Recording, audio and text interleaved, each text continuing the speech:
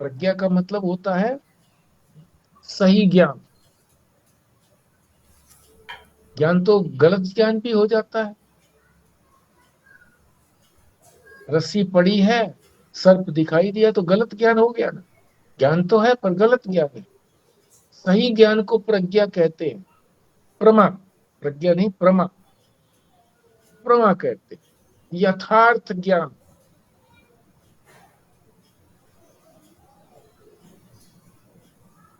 ब्रह्म को उपनिषद पुरुष भी कहते हैं, उपनिषद पुरुष।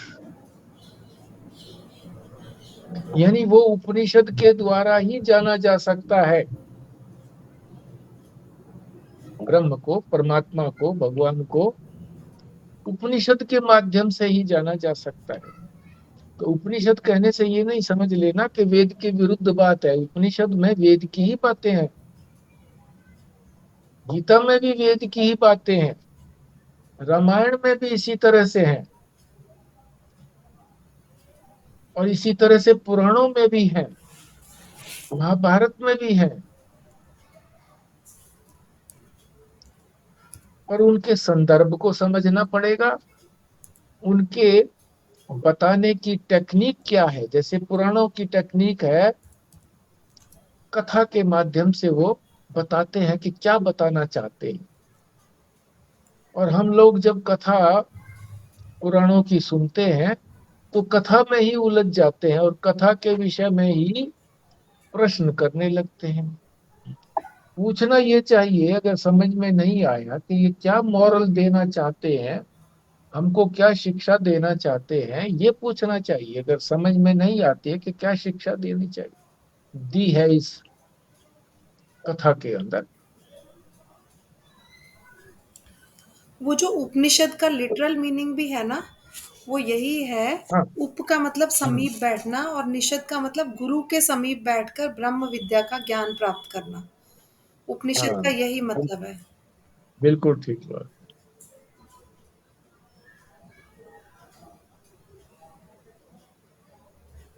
तो ब्रह्म को उपनिषद पुरुष कहा गया है इसीलिए। और कोई उपाय उनको जानने का नहीं है, परमात्मा को जानने का। जानने की बात कही है, परमात्मा के लिए कर्म करने की बात अब यहाँ नहीं है। जानना पर,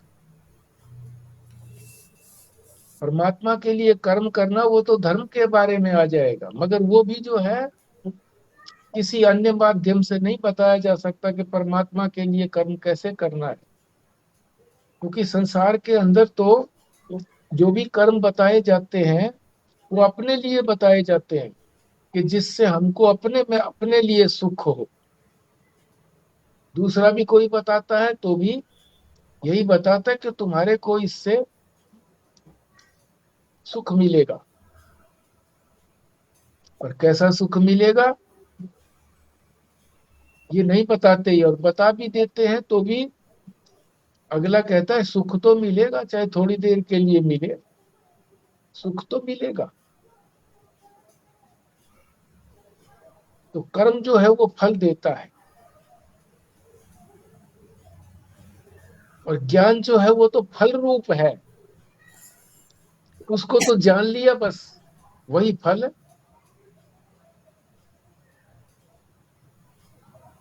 उसके लिए फिर कोई क्रिया नहीं है।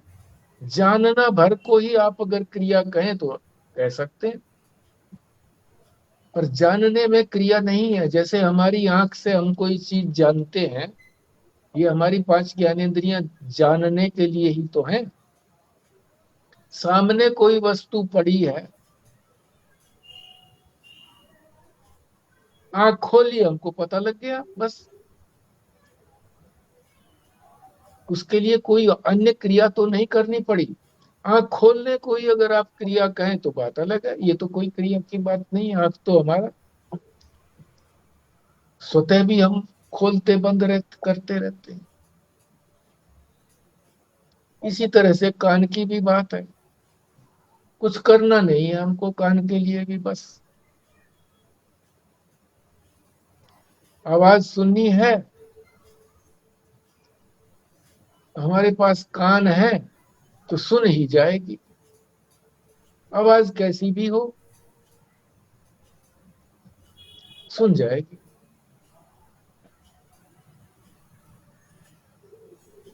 इसीलिए कहते हैं कि कर्म जो है वो पुरुषार्थ का विषय है, और ये केवल जानने का विषय है। जो वस्तु जैसी है वैसी ही प्रतीत होगी। सामने फोटो दिख रही है,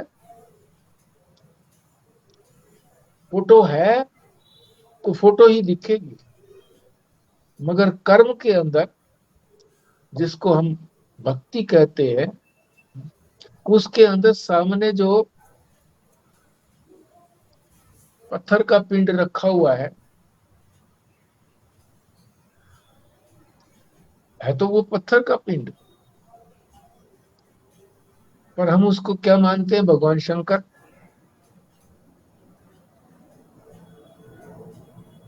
मानते हैं ना। जो भी शास्त्र कहता है कि इसको जो है आप भगवान मानिए, भगवान मान करके पूजा करिए, भगवान मान करके अभिषेक करिए।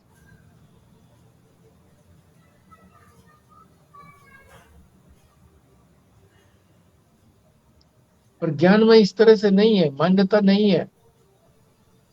वहां तो जो वस्तु है जैसी, वो जाननी है, माननी नहीं है, जाननी है। तो भक्ति का विषय मानने का है, ज्ञान का विषय जानने का है। जानना और मानना है।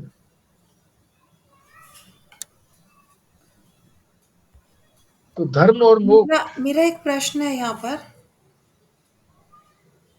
हाँ बोलो। तो जैसे आपने बोला ना कि ये जानने का और मानने का है। हम्म एक सेकंड, चलो मैं थोड़ी देर में पूछती हूँ, मैं शायद भूल गई कि ठीक से कैसे बनाना था। हम्म हम्म, हम्म। ठीक है। धर्म और मोक्ष दोनों में श्रद्धा की अत्यंत आवश्यकता है। ओ हाँ, अब यही वाली बात थी, हाँ, ये श्रद्धा। श्रद्धा की बात। श्रद्धा वाली बात हाँ थी एक्चुअली ना। हाँ जब हाँ ज्ञान में जैसी चीज दिख रही है वो तो फैक्चुअल है ना, फिर जैसे हाँ दिख रही हाँ। है उसको वैसे ही जानना है। तो फिर हम्म इसमें तो श्रद्धा का बिल्कुल ही रोल नहीं है ज्ञान में तो। श्रद्धा किस पे करें? जो दिखेगा उसको मानेंगे हम। वो तो भावना के स्तर पे है ना, भक्ति तो। पर यहाँ पे तो हमें पता है कि ये चीज ऐसी है, इसको ऐसे ही देखना चाहिए। तो फिर भाव इसमें श्रद्धा कहाँ आई? श्रद्धा जो है ना, शास्त्र में उसमें श्रद्धा नहीं करनी है। जो सामने पड़ी है उसमें श्रद्धा थोड़ी करनी है हमने।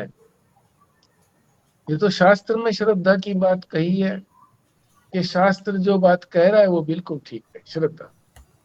वो तो फिर जो और अनुभव उसका होगा उसको ही मानना चाहिए ना, जो अनुभव होगा, जो दिखेगा, जो ज्ञान होगा। क्योंकि ज्ञान का मतलब तो जानना ही है।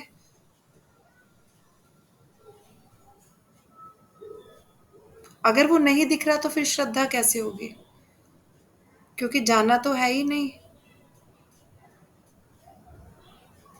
उस वस्तु की श्रद्धा की बात हो रही है, कि उस वस्तु में श्रद्धा नहीं रखनी है। वो तो वस्तु जैसी है वैसी हमको मालूम, वो दिखाई देगी। उसमें तो मान्यता की बात नहीं, उसमें तो वस्तु की जो अ, उपासना में है, उसमें तो जो सामने वस्तु पड़ी है उसमें मान्यता करी है हमने, कि ये भगवान है, ये शंकर भगवान है। ऐसे मान्यता करी है उसमें, वस्तु में। यहाँ वस्तु में मान्यता नहीं है, यहाँ तो शास्त्र में मान्यता है। और धर्म एक के एक अंदर चौपाई शास्त्र में एक मान्यता। चौपाई एक चौपाई पढ़ूं जी रामचरितमानस से। हाँ जी। ये उत्तरकांड में चौपाई आती है जी। जाने बिनु न होई प्रतीति, हम्म बिनु प्रतीति होय नहीं प्रीति, हम्म प्रीति बिना नहीं भक्ति दृढ़ाई, हम्म जिमि खगपति जल कै चिकनाई। हम्म मतलब जाने बिना प्रतीति नहीं होगी, जो उसकी जो प्रगटीकरण है, जब तक जानोगे नहीं तो प्रकट नहीं होगा। और प्रतीति होगी तो प्रीति होगी, उससे प्रेम तभी होगा। हम्म और प्रीति बिना नहीं भक्ति दृढ़ाई, प्रीति होगी तो भक्ति दृढ़ होगी। हम्म। तो ये जो जानने की बात कर रहे हैं ना, ये जानने और मानने की। जाना भी तो किसको जानना है? अब जो ब्रह्म की जो बात कर रहे हैं, परमात्मा की जो बात कर रहे हैं, आत्म तत्व की जो बात कर रहे हैं, उसकी प्रतीति अनुभव में हो जाए, आत्म साक्षात्कार हो जाएगा, वो प्रतीति हो गई उसकी। जब प्रतीति हो जाएगी तब उससे प्रीत होगी।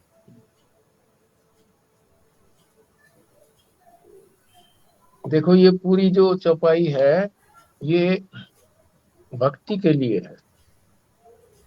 कि मानना जानना क्या है, शुरू में लिखा ना जानना, तो सामान्य जानने की बात कही है, सामान्य ज्ञान। जैसे किसी से कहते हैं कि आप भगवान को मानते हो, हाँ मानता हूँ। वेदों को मानते हैं, हाँ मानता हूँ। क्या मानते हो? 4 वेद हैं जी। कौन कौन से हैं? वो बता दिए, चारों वेद। इतना ही ज्ञान है बस। अब उसमें क्या लिखा हुआ है, परमात्मा है क्या जिसको परमात्मा कह रहे हैं कि मैं मानता हूँ जी परमात्मा को, ये तो कुछ ज्ञान नहीं है ना, ये ज्ञान नहीं है। तो सामान्य ज्ञान होना चाहिए, भक्ति में भी सामान्य ज्ञान तो होना चाहिए। ये जो कहा है ना कि जाने बिन, बोलिए फिर कहा था ना, जाने बिन होए ना। वो पहले बोला था प्रतीति नहीं होगी, मतलब प्रकट नहीं होगा जब तक जानेंगे नहीं, और फिर प्रीति नहीं होगी, जानने के बाद फिर प्रीति, प्रकट नहीं, होगा फिर प्रीति। बोलिए संजीव शर्मा, बोलिए। जानने जी, जानने जाने हाँ बिनु जी। न होई प्रतीति, हाँ जी। प्रभुता जाने बिना उस पर विश्वास नहीं जमता, विश्वास हम्म। के बिना प्रीति नहीं होती, और हम्म। प्रीति बिना भक्ति दृढ़ नहीं होती। हम्म। मतलब ये भक्ति का ही पूरा प्रसंग है। और सामान्य जानने की बात है, थोड़ा सा अगर इसको ज्ञान पता लग गया परमात्मा के बारे में, कि भाई उसको जान लोगे तो परमात्मा जो है ना,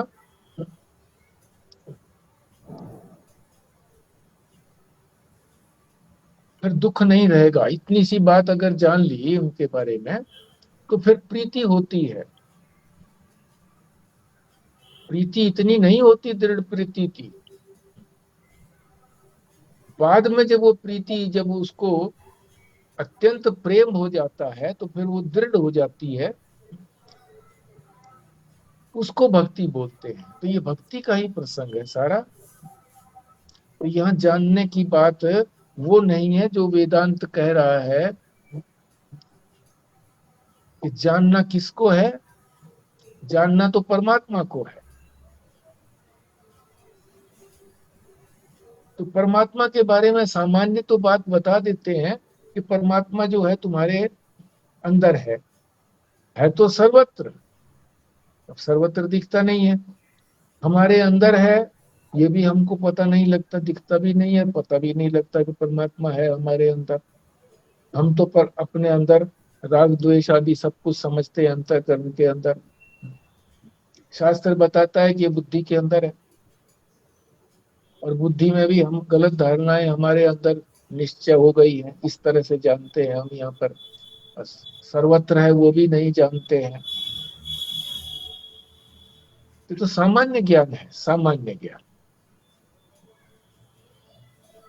इससे थोड़ी रुचि तो बनती है कि भाई हाँ ठीक है, परमात्मा को हम जानना चाहते हैं, तो ये बता दिया। अब श्रद्धा तो की, किसमें की? शास्त्र में की, कि शास्त्र ठीक बात बता रहा है। गुरु जो बता रहे हैं वो भी शास्त्र की बात बता रहे हैं, तो गुरु में भी श्रद्धा है। वेदांत वाक्य में भी श्रद्धा की जो बात कही गई है ज्ञान के लिए, तो वेदांत वाक्य में और गुरु में श्रद्धा की बात कही गई है। श्रद्धा तो उसमें भी रखनी है, मगर वहां जो है हमने श्रद्धा, जो वहां पर जो वस्तु है, वो वस्तु में श्रद्धा करने के लिए नहीं कहा गया। ये नहीं कहा गया कि ये पत्थर की बटिया है, उसमें ये कहा गया कि ये भगवान की मूर्ति है। माना हमने, वस्तु को माना। फिर उसमें जो है ना हम भक्ति खूब की, तो वो सामने प्रकट भी हो गया, दर्शन भी हो गए उनके, साक्षात्कार हो गई। और साक्षात्कार हुआ, मैं भी बना रहा, वो भी बना रहा, परमात्मा भी। और ज्ञान में तो केवल जानना भर है, जो वस्तु जैसी है अभी देखा नहीं है, श्रद्धा उस वस्तु में नहीं की है हमने। हमने तो शास्त्र में श्रद्धा की है, कि शास्त्र ये बात कहेगा। तो ठीक से स्पष्ट हुआ जी हाँ जी, स्वस्तिका? हाँ जी, ठीक है। हम्म। अब महाराज जी बता रहे हैं चारों वर्णों की बात, ब्राह्मण, क्षत्रिय, वैश्य और शूद्र।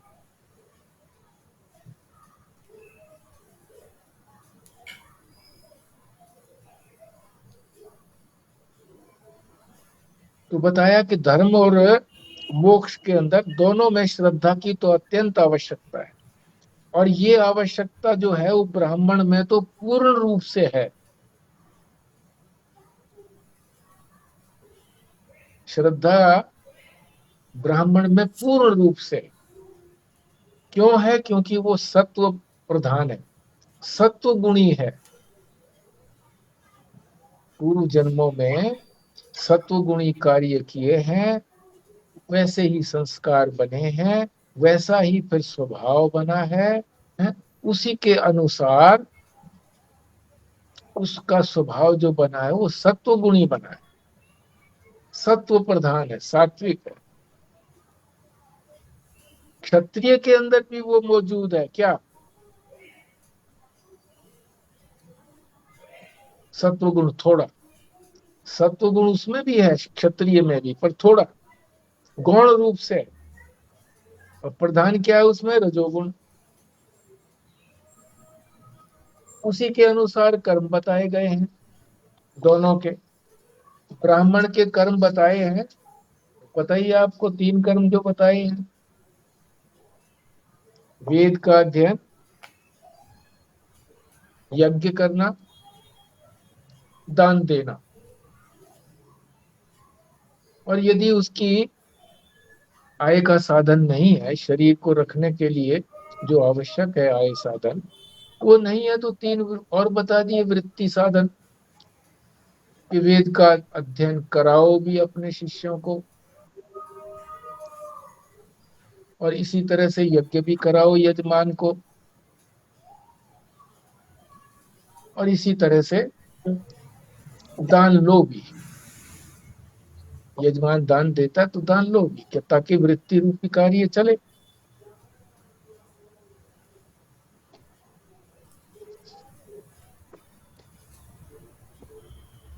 तो क्षत्रिय के लिए ब्राह्मण के जो कर्म बताए उसके अनुरूप बताए, जैसी उसकी सत्वगुणी है, सत्वगुणा स्वभाव, उसके अनुसार बताए, और वो सफलता पूर्वक कर लेगा। और क्षत्रिय के जो बताए थे वो भी उसके स्वभाव के अनुसार बताए हैं।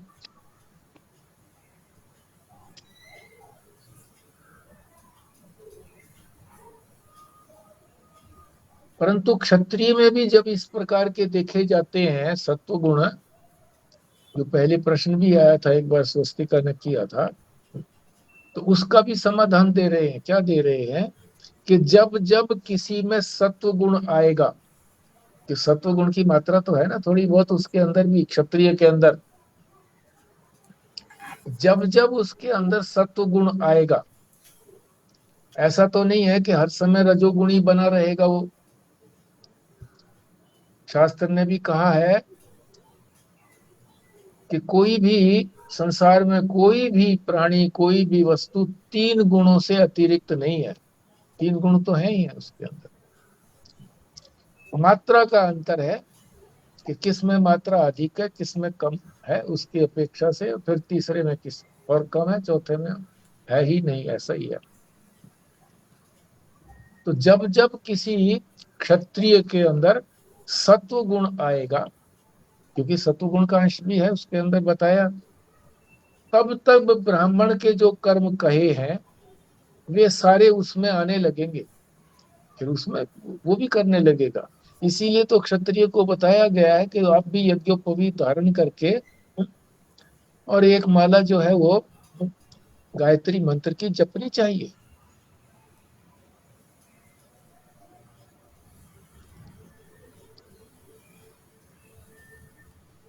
मुमुक्षु मात्र के लिए कहा गया है कि जो भी मुमुक्षु है उसको सब, उसमें भी कुछ ना कुछ सत्वगुण आएगा किसी न किसी समय में, तो उसको वैसे ही कर्म कर लेने चाहिए, वैसे ही कर्म करने भी लगेगा और वो करे भी।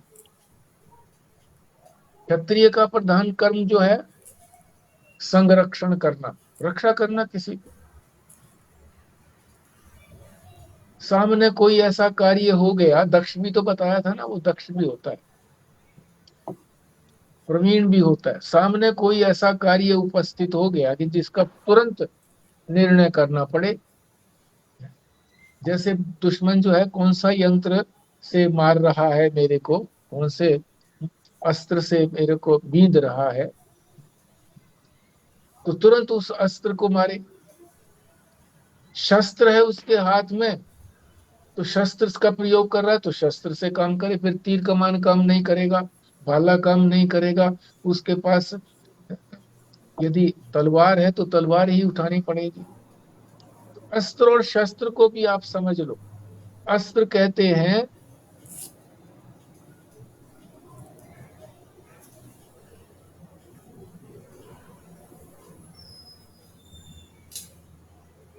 अस्त्र, शस्त्र जो अपने बचाव के लिए होते हैं वो अस्त्र होते हैं, और जब हम दूसरे नहीं, पे वार करते हैं तो नहीं नहीं, वो तो ढाल होती है, अस्त्र नहीं होता। अस्त्र और शस्त्र में भी विभाजन होता है। एक फेंक करके जो मारा जाता है और एक जो है हाथ में लेकर के मारा जाता है। इसका थोड़ा सा कंफ्यूजन हो गया है मुझे, तो इसका भी समाधान हो जाएगा जब इसका आएगा दिमाग के अंदर। तो उसको जो है तुरंत जो है उसका समाधान करने की उसके अंदर योग्यता होनी चाहिए, दक्ष होना चाहिए, प्रवीण होना चाहिए। और फिर मुक्त हस्त, दान भी जो है वो खुले दिल से देता है। और जो दंड का भोग, दंड के योग्य है उसको दंड देता है, और दंड भी बिना भेदभाव के देता है।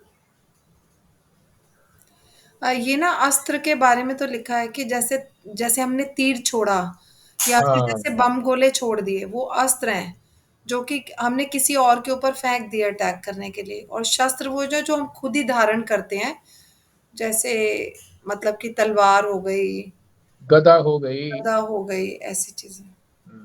ठीक है, ठीक है। अस्त्र जो है वो दूर के लिए है और शस्त्र जो है वो निकट के लिए है। ठीक। तो क्षत्रिय के भी प्रधान कर्म बताए हैं, बता ही दिया आपको। संरक्षण करना, रक्षा करना किसी के,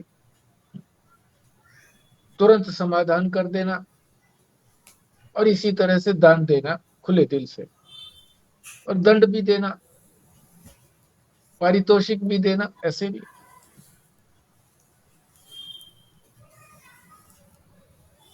तो धर्म वही कर सकेगा जिसके अंदर ये गुण होंगे। तो क्षत्रिय जो है वो कर्म प्रधान है, क्योंकि अधिकतर तो वो कर्म करता है, ये सारे कर्म ही तो हैं। संरक्षण करना किसी का, तुरंत समाधान कर देना, दान देना, दंड देना, पारितोषिक देना, ये सारे कर्म है। तो क्षत्रिय जो है वो कर्म प्रधान है, और ब्राह्मण जो है वो मोक्ष प्रधान है। वो ऐसे ही कार्यों को करे, स्वभाव ही उसका परमात्मा ने इस तरह से दिया है कि वो स्वभाव के अनुकूल कर्म जल्दी कर सकता है, मोक्ष प्रधान। वो सीधा मोक्ष की तरफ को कार्य करेगा। वैश्य, वैश्य में तमोगुण है, रजोगुण तो है ही उसके अंदर, पर तमोगुण भी है। उसके अंदर सत्वगुण की मौजूदगी नहीं है, पर ये मत समझना कि सत्वगुण उसमें बिल्कुल है ही नहीं। गौण रूप से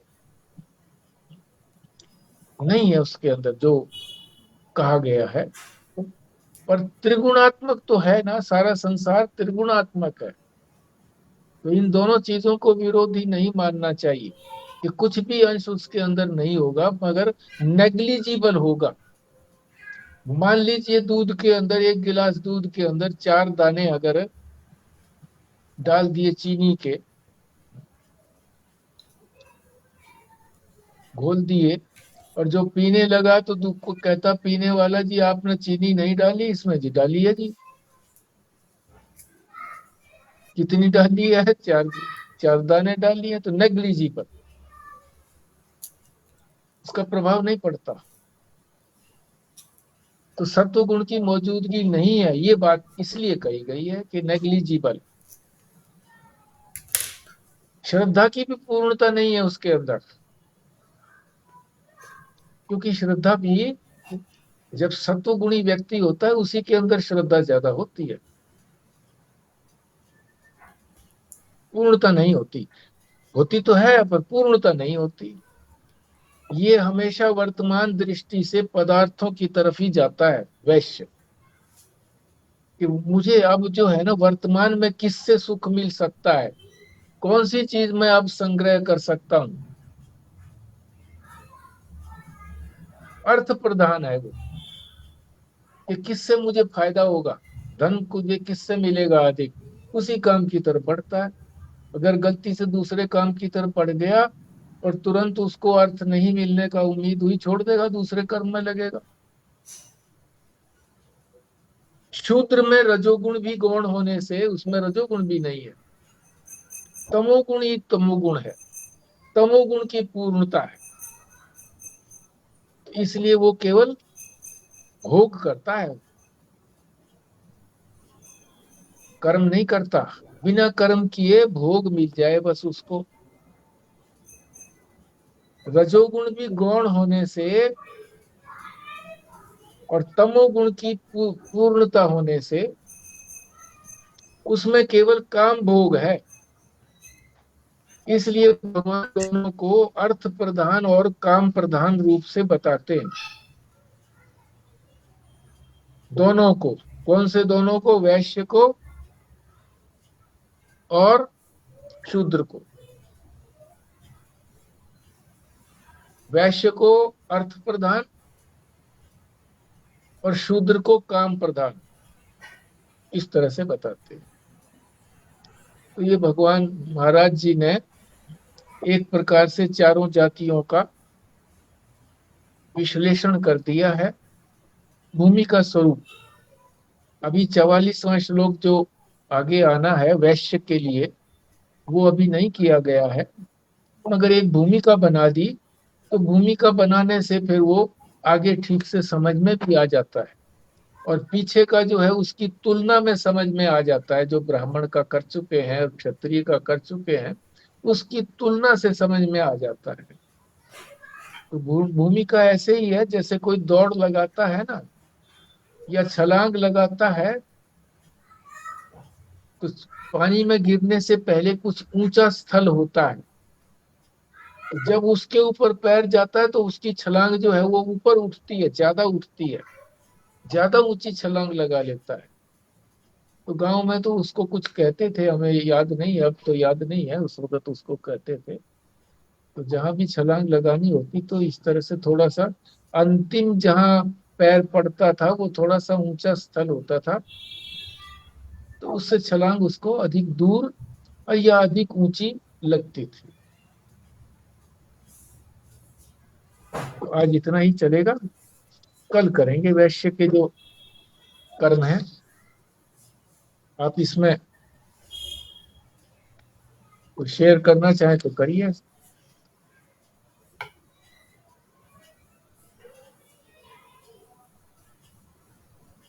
नहीं तो फिर आनंद रस रत्नाकर ले लेते हैं, कई दिनों से उनका रस नहीं लिया है आनंद का। हाँ जी,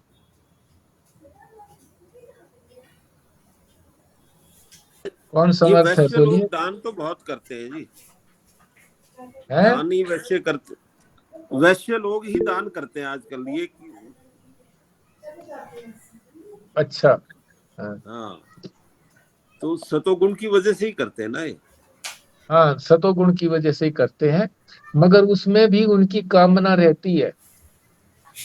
जैसे दान दिया जी कि ये मैंने कमरा बनाया है जी इस आश्रम के अंदर, कमरा बनवा दिया, नाम भी लिखवा दिया, और फिर उनकी उम्मीद ये भी रहती है कि ये यही कमरा मेरे को मिले, क्योंकि इसमें ज्यादा सुविधाएं मैंने बनवा दी हैं, एसी पेसी जो भी कुछ है, और मैं आऊं तो मुझे ही मिले ये, और किसी को ना मिले, ये भी उसकी अपेक्षा रहती है।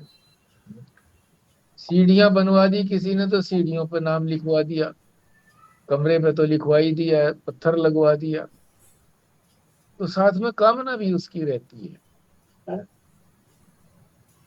और ये भी सोचता है कि भाई इससे मुझे अर्थ की भी सिद्धि हो। अर्थ की कैसे सिद्धि होगी? तो जैसे दान देते हैं किसी को, तो वो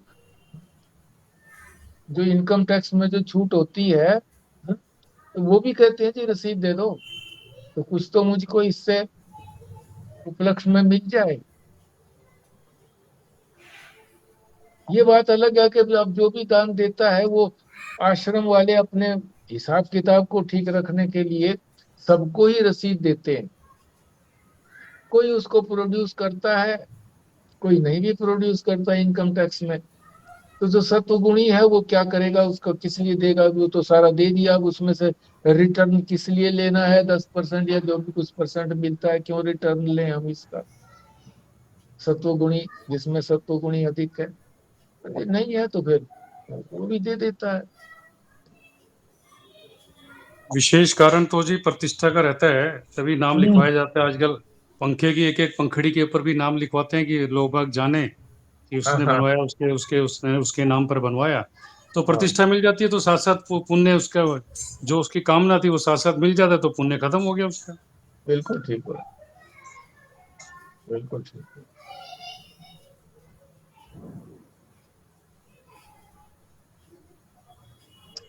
हाँ जी।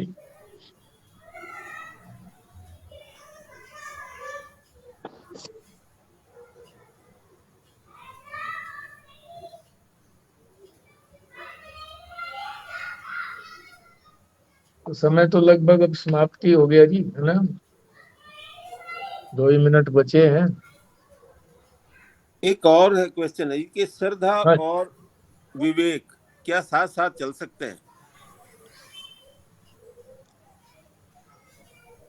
हाँ, क्योंकि बोलिए जी, श्रद्धा आपको। तो कहते हैं कि नो क्वेश्चन, श्रद्धा तो ऐसी होनी चाहिए, हम्म। तो उसमें विवेक की फिर तो कुछ गुंजाइश ही नहीं है, आपको सोचना नहीं पड़ता, बस बिलीफ है। हाँ ठीक है, ठीक पूछा आपने। हाँ जी, बोलिए, कौन बोलते हैं? दोनों साथ साथ चाहिए जी, श्रद्धा और विवेक। हम्म। विवेक की धुरी है श्रद्धा, और विश्वास गाड़ी के दो पहिए हैं। आंख बंद करनी, आंख खोलनी, दोनों चीजें। श्रद्धा और विश्वास के लिए बीच में विवेक की धुरी चाहिए, तभी गाड़ी ठीक पटरी पे चलेगी।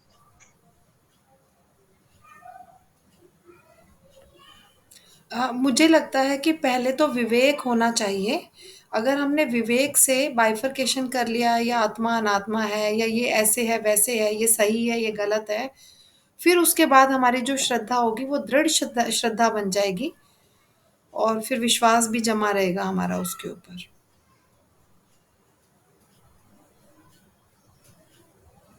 देखो, विवेक जो है ना, वो नित्य और अनित्य, सत्य या झूठ, इसका विवेक करने के लिए हम तभी तो आगे बढ़ेंगे जब कुछ हमारी श्रद्धा होगी। श्रद्धा के बिना तो विवेक में भी कैसे आगे बढ़ेंगे? श्रद्धा तो प्राथमिक है, आगे पीछे है, ये साथ साथ नहीं होता है। साथ साथ अगर लगाए कि भाई हाँ श्रद्धा है, फिर विवेक करना है। श्रद्धा हुई तो शास्त्र ने बताया कि जो 4 साधन है, विवेक, वैराग्य, षट संपत्ति और मुमुक्षा, सबसे पहला विवेक है। तो श्रद्धा होने के बाद फिर साधन में लगते हैं, नहीं तो साधन में नहीं लगा जाता। जब श्रद्धा ही ना हो तो साधन में कैसे लगेंगे? और विवेक का मतलब है दो चीजों को अलग अलग करना। शास्त्र ने बताया कि भाई ये दो चीजें मिली हुई हैं, हमारा ये जो शरीर है, इंद्रियां आदि, अंतःकरण आदि, ये और आत्मा, ये दोनों मिले जुले हुए हैं। आत्मा हमारी इसको, शरीर को ही, इंद्रियों को, मन बुद्धि को मैं करके मान रही है। ये शास्त्र ने बताया, इनको अलग अलग करना है, ये है साधन, इसको कहते हैं विवेक। तो विवेक प्राथमिक नहीं है, सबसे प्राथमिक तो श्रद्धा है। श्रद्धा होने के बाद फिर विवेक किया जाता है। और श्रद्धा तो फिर बनी रहती है ना, जब आपने एक चीज से शुरू की श्रद्धा, तो श्रद्धा बनी रहेगी। और अगर श्रद्धा बीच में टूट जाती है, ये भी हो सकता है कि ये वो करने लगे तो हुआ नहीं, तो वो ये नहीं है कि भाई श्रद्धा खत्म हो गई है। श्रद्धा तो थी, मगर वो श्रद्धा की मात्रा कम थी, थोड़ी सी श्रद्धा थी कि भाई अगर मामूली से प्रयत्न से हमको भी पता लग जाए कि भाई हाँ, शरीर और जो शरीर का मतलब दोनों शरीर, स्थूल शरीर और सूक्ष्म शरीर और आत्मा जो है, वो दोनों अलग अलग हैं, मिले जुले हैं, इनको हमने अलग करना है। ये पहले सोचा, थोड़ी सी श्रद्धा थी, फिर उसमें प्रयत्न करना पड़ा बहुत, तो छोड़ देते हैं कि ये हमारे बस का नहीं है, हम नहीं करते, फिर वो श्रद्धा हट जाती है। पर श्रद्धा तो अनिवार्य है, और श्रद्धा फिर सतत बनी रहनी भी चाहिए। इसको अगर आप कहें कि भाई हाँ ये साथ साथ चलती है, तो बात ठीक है। और प्राथमिक तो श्रद्धा है, उसके बाद ही विवेक में प्रवेश किया जाता है। मेरा एक प्रश्न है। हम्म मेरी मेरे पिता में श्रद्धा है, हम्म ठीक है, पर वो श्रद्धा कब बनी? जब किसी ने मुझे ये बता दिया कि हम्म ये आपके पिता हैं, मतलब मुझे ज्ञान हुआ, फिर मैंने ये विवेक भी किया कि ये मेरे पिता हैं और ये मेरे पिता नहीं है। तो मेरे को सबसे पहले तो मेरे को ज्ञान हो के मैंने विवेक किया ना, और डिस्टिंग्विश किया कि ये है और ये नहीं है। उसके बाद मेरी श्रद्धा बनी। दूसरे के पिता में तो मेरी श्रद्धा नहीं है, मेरी तो अपने पिता में श्रद्धा है। तो पहले तो विवेक आया ना, मेरे को पता लगा कि कौन है और कौन नहीं है। कौन है कौन नहीं है की तो बात ही नहीं आई। माँ ने जब बच्चे को कहा कि ये तेरे पिता हैं, तो उसने कहाँ विवेक किया उस समय में? बच्चा कहाँ विवेक करता है, उसको तो अपना ही पता नहीं होता। उस समय तो देखो उसके पास श्रद्धा भी नहीं थी। जब श्रद्धा आई बड़े होके, तब तक तो उसको विवेक भी आ गया ना। तब उसको ये समझ आ गया कि ये मेरे पिता है और जो पड़ोस में रहते हैं वो मेरे पिता नहीं है। जब माँ ने इशारा किया कि ये तेरे पिता हैं, जब उसको ये इस बात की श्रद्धा की ना, अभी उसने कोई तर्कबाजी तो नहीं की ना, उसने मान लिया, उसको मान लिया, श्रद्धा ही हो गई ना, और क्या हुआ ये? अभी क्यों ज्ञान थोड़ी हो, उसको ज्ञान थोड़ी हुआ, अभी तो माना है। फिर उसको तर्क से पता लगेगा कि ये पिता क्यों कहते हैं, वो तो बाद में करेगा। पिता इसलिए कहते हैं, जो माता का पति होता है उसको पिता बोलते हैं। इसी तरह से फिर दूसरों के लिए बताती है वो कि ये तुम्हारे मामा है। तो समझ में नहीं आती है मामा क्या होते हैं, पर वो याद कर लेता है शब्द को, मामा है, मेरे मामा है, मामा है। फिर वो जो बताती है कि जो माँ एक माँ का भाई होता है, वो मामा होता है। तब उसको, तब वो विवेक होता है, उसको ज्ञान तो तभी होता है ना। विवेक, विवेक ज्ञान की तरफ बढ़ता है। तो पहले तो श्रद्धा होगी। आप ये बताया कि ये तेरे पिता हैं, किसी ने बताया, तो कह रही है किसी ने बताया, चलो किसी ने भी बताया, माता बताती है, प्रमाण तो माता ही है, कोई दूसरा कैसे बता देगा कि भाई ये तेरे पिता हैं?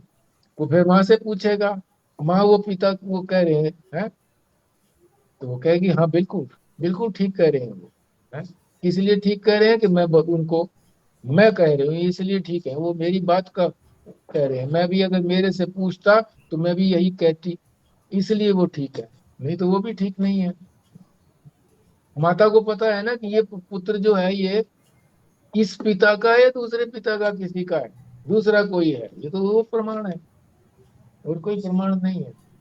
तो विवेक वो बाद मेरी में। बात अप्रिशिएट नहीं करी जी करके वो, कि भाई श्रद्धा और विश्वास जो है, जैसे श्रद्धा बताई किसी में कि जी ये श्रद्धे हैं, या शास्त्र में श्रद्धा हो गई, या किसी ने बताया जी इस रास्ते पे चलोगे तो मंजिल पे पहुंचोगे, फिर आगे आगे वो निशान आते रहेंगे, तो विश्वास हो गया कि भी हाँ ये ठीक बात बताई थी उसने, श्रद्धा थी हमारी, उस रास्ते पे चले तो विश्वास हो गया।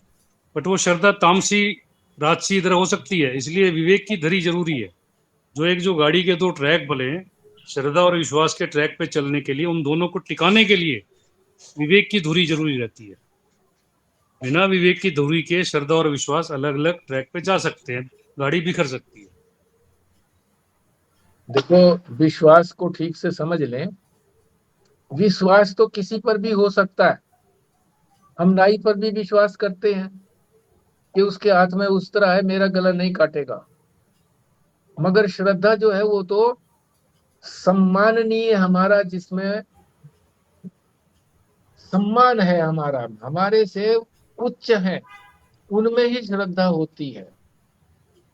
नाई में थोड़ी ये श्रद्धा की बात है। नाई अगर आपको उपदेश देने लगेगा, ज्ञान देने लगेगा, तो उसकी बात मानोगे? जो कुम्हार गधे चराता है, वो भी वो कहता है जी कोई किसी का नहीं है जी, ये संसार तो ऐसा ही है, तो क्या मान लोगे? श्रद्धेय पुरुष जो महात्मा कहता है उसी की बात को मानते हैं। श्रद्धा के बिना गाड़ी चलती नहीं है। और हमारे जैसे जो बात कहते हैं वो भी शास्त्र का उदाहरण देकर, शास्त्र की बात को कह करके कहते हैं। हमारी कमी है कि शास्त्र है, शास्त्र की बात महात्मा भी कहते हैं। श्रद्धा महात्मा में होती है, हर किसी में श्रद्धा नहीं होती। विश्वास तो हर किसी में हो जाता है। बिजनेस में सारा विश्वास चल रहा है, कोई श्रद्धा थोड़ा ही है। तो आप इसको दो पहिए कैसे कहोगे? निश्चय अलग चीज है। आप जो विश्वास को निश्चय की बात कह रहे हो कि दो धुरियां बना करके श्रद्धा और विश्वास को लेकर के फिर आगे जा करके निश्चय होगा, श्रद्धा के बाद ही निश्चय होगा। श्रद्धा के बाद जो है विवेक होगा। फिर जो चीज अलग अलग की है उसमें से एक चीज जो हमारे काम की नहीं है उसको फेंकना पड़ेगा। फिर अपने अंदर जो है ऐसी शक्ति भी पैदा करने पड़ेगी, शम दम उपरति तितिक्षा श्रद्धा समान, कि उन चीजों को फिर हम चाहने ना लगे। जो चीज फेंक दी हमने, थाली में से कोकड़ू फेंक दिए, तो मन में ये ना आए कि भाई ये कोकड़ू नहीं फेंका तुमने, तो ये चीज दूसरी फेंक दी। नहीं, ठीक फेंका हमने, जांच करके अलग से किया था तो फेंक दिया। शम दम उपरति ये होंगे, फिर मोक्ष के लिए होगा। इस तरह से गाड़ी आगे बढ़ेगी। तो ये श्रद्धा के साथ विश्वास का कोई तात्पर्य नहीं है। हाँ, निश्चय अगर कहो कि श्रद्धा को लेकर के अगर आगे बढ़ेंगे तो विश्वास तक पहुंचेंगे हम। विश्वास तक का तात्पर्य निश्चय तक कहो तो बात ठीक है, नहीं तो विश्वास तो सब में किया जाता है।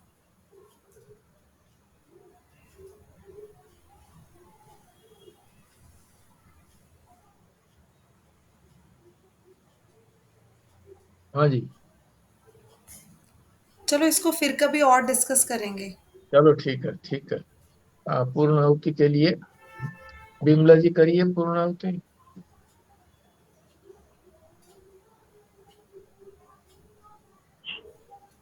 ॐ पूर्णमदः पूर्णमिदं पूर्णात् पूर्णमुदच्यते पूर्णस्य पूर्णमेवावशिष्यते। ॐ शान्तिः शान्तिः शान्तिः। एक भूल गए, थोड़ा सा आप भूल गए, कोई बात नहीं है, ध्यान रखना कैसे। ठीक, नारायण। अच्छा, नारायण। नारायण।